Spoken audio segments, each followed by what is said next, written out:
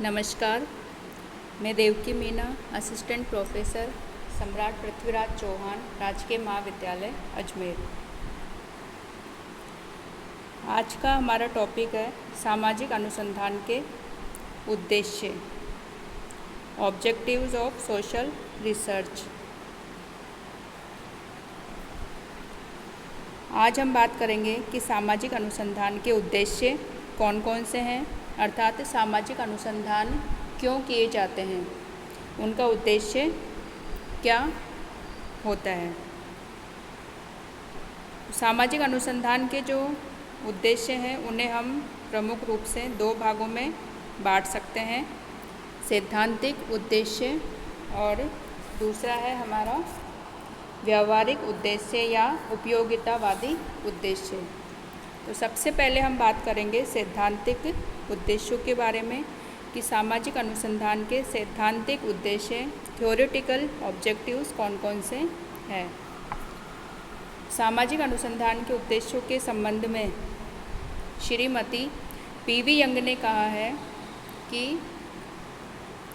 सामाजिक अनुसंधान का मूलभूत उद्देश्य, चाहे वह तात्कालिक हो या दीर्घकालिक हो, सामाजिक जीवन को समझना और ऐसा करके उस पर अधिक नियंत्रण प्राप्त करना है।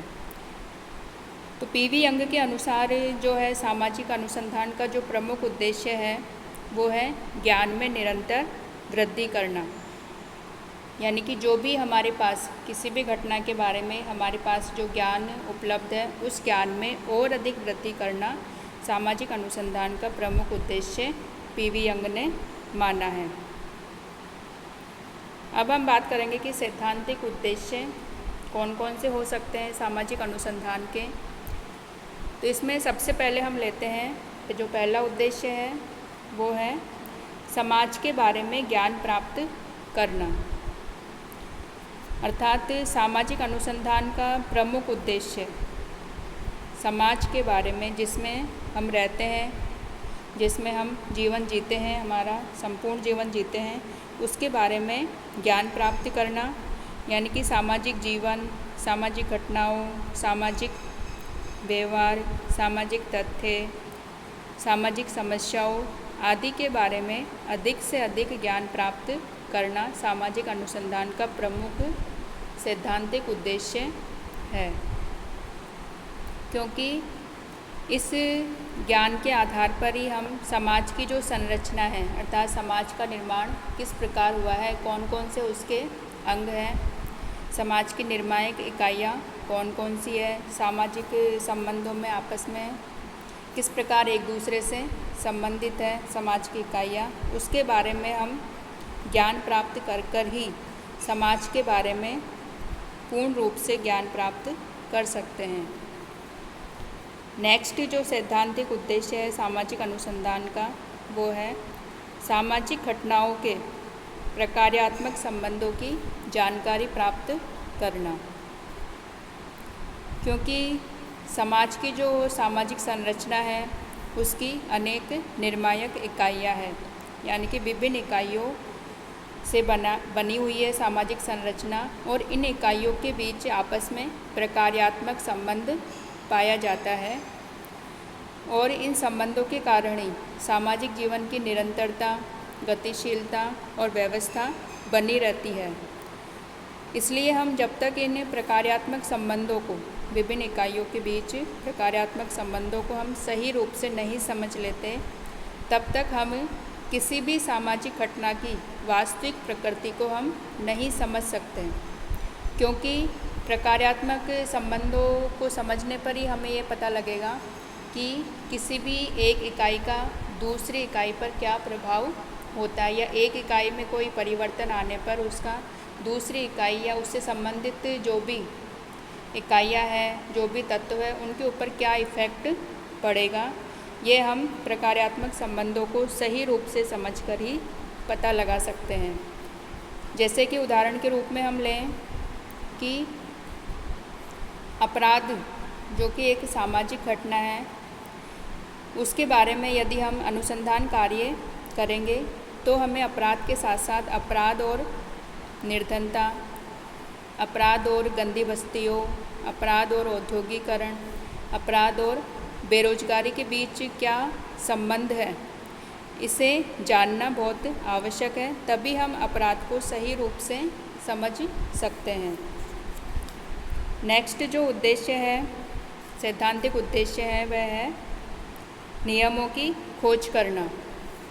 तो सामाजिक अनुसंधान का जो सैद्धांतिक उद्देश्य है वह सामाजिक घटनाओं और सामाजिक जीवन को नियमित और जो निर्देशित करने वाले नियम हैं उनके बारे में पता लगाना है कि कौन से नियम सामाजिक घटनाओं के पीछे उत्तरदायी है। क्योंकि कोई भी सामाजिक घटना या कोई भी मानवीय घटना आकस्मिक रूप से घटित नहीं होती या अचानक कोई घटित नहीं होती, उसके पीछे एक निश्चित नियम होते हैं और इन नियमों की खोज करना ही सामाजिक अनुसंधान का प्रमुख उद्देश्य है।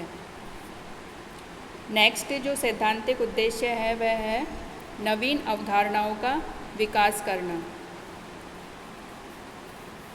यानी सामाजिक अनुसंधान के द्वारा हम जो भी ज्ञान प्राप्त करते हैं सामाजिक घटना के बारे में, सामाजिक जीवन के बारे में, उस ज्ञान के आधार पर हम नवीन अवधारणाओं का विकास करते हैं, नवीन सिद्धांतों का निर्माण करते हैं और साथ ही जो पुराने सिद्धांत हैं, जो पहले से जो सिद्धांत बने हुए हैं, वो वर्तमान में भी परिस्थितियाँ बदल जाने पर प्रासंगिक है अथवा नहीं है, अथवा उनमें संशोधन करने की यदि आवश्यकता है तो हम परिस्थितियों के अनुसार उनमें आवश्यक संशोधन भी करते हैं।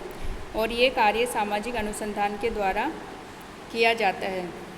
क्योंकि इसके अंतर्गत हम जो परिवर्तन होता है समाज में निरंतर, उसके बारे में जानकारी प्राप्त करके जो अनेक भ्रांत धारणाएं हैं उनको दूर कर सकते हैं। जो रूढ़िगत धारणाएं हैं उनको हम सामाजिक अनुसंधान के द्वारा दूर कर सकते हैं।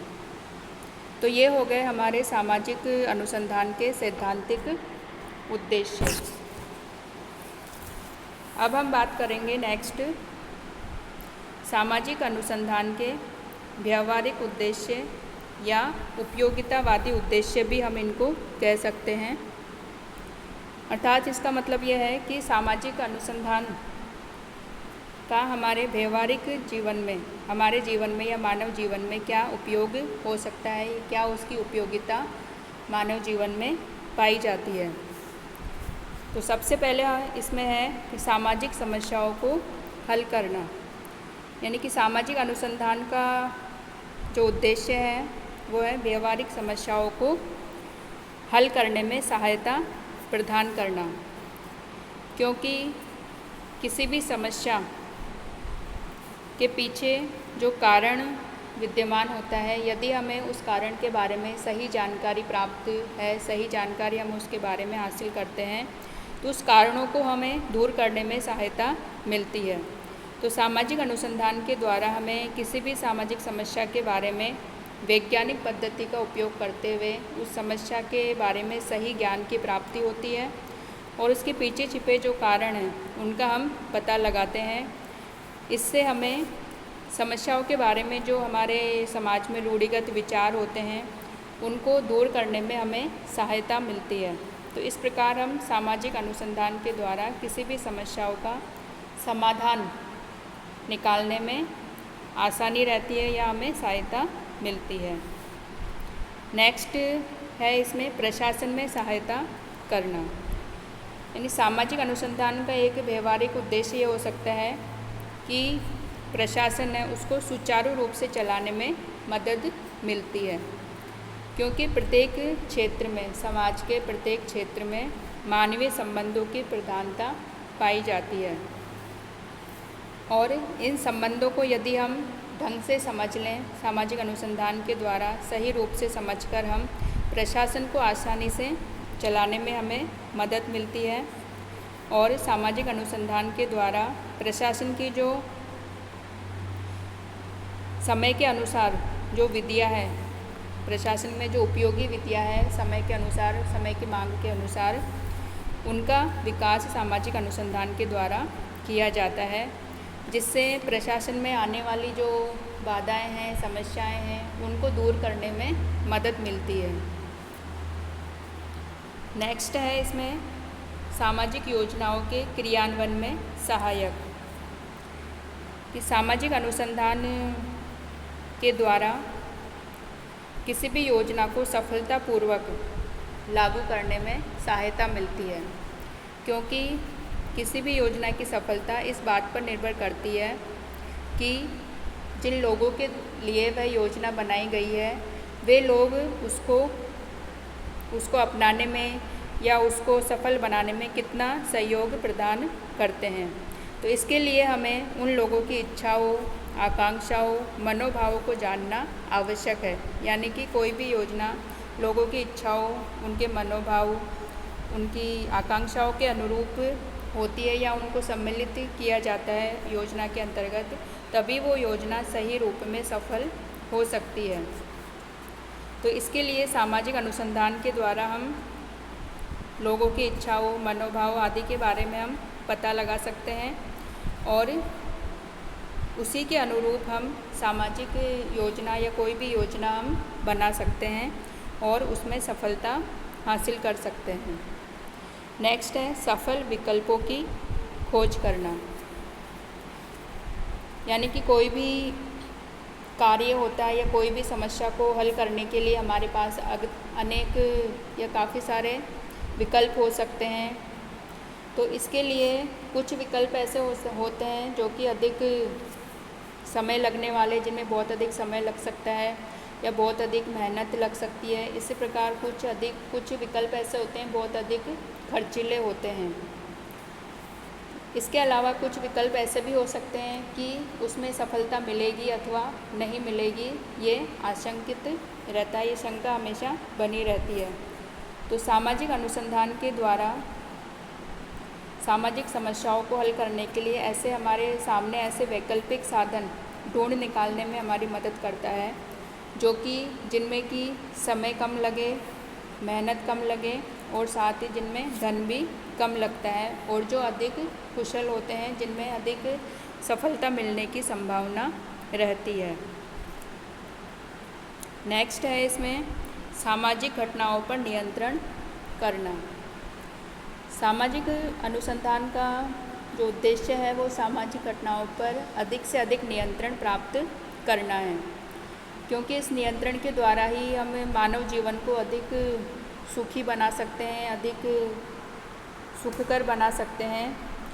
और ये तभी संभव होगा जब सामाजिक घटनाओं के बारे में हमारे पास अधिक से अधिक ज्ञान होगा, उनके बारे में सही जानकारी हमारे पास उपलब्ध होगी और इस जानकारी के आधार पर ही हम घटनाओं को नियंत्रित कर सकते हैं।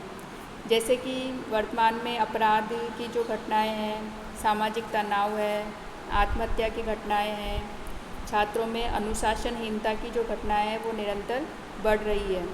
तो इन क्षेत्रों में सामाजिक अनुसंधान के द्वारा अधिक से अधिक जानकारी प्राप्त करके इन घटनाओं को नियंत्रित किया जा सकता है। तो ये हो गए हमारे सामाजिक अनुसंधान के व्यवहारिक उद्देश्य।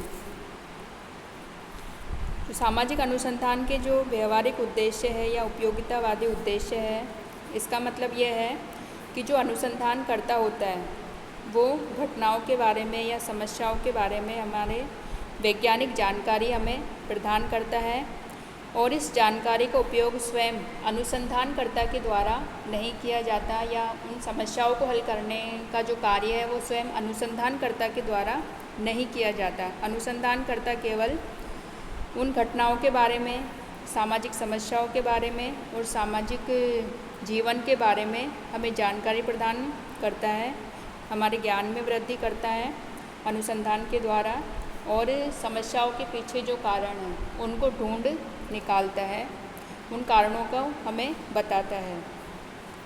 इस ज्ञान का उपयोग या समस्याओं के समाधान का जो कार्य है वो प्रशासकों के द्वारा, सरकार के द्वारा या समाज सुधारकों के द्वारा किया जाता है, न कि स्वयं अनुसंधानकर्ता के द्वारा। अनुसंधानकर्ता केवल सामाजिक घटनाओं की व्याख्या या संदेहपूर्ण घटनाओं का स्पष्टीकरण करता है सामाजिक जीवन से संबंधित जो भ्रांत धारणाएं होती है या जो गलतफहमियां होती है उन्हें दूर करने में मदद करता है।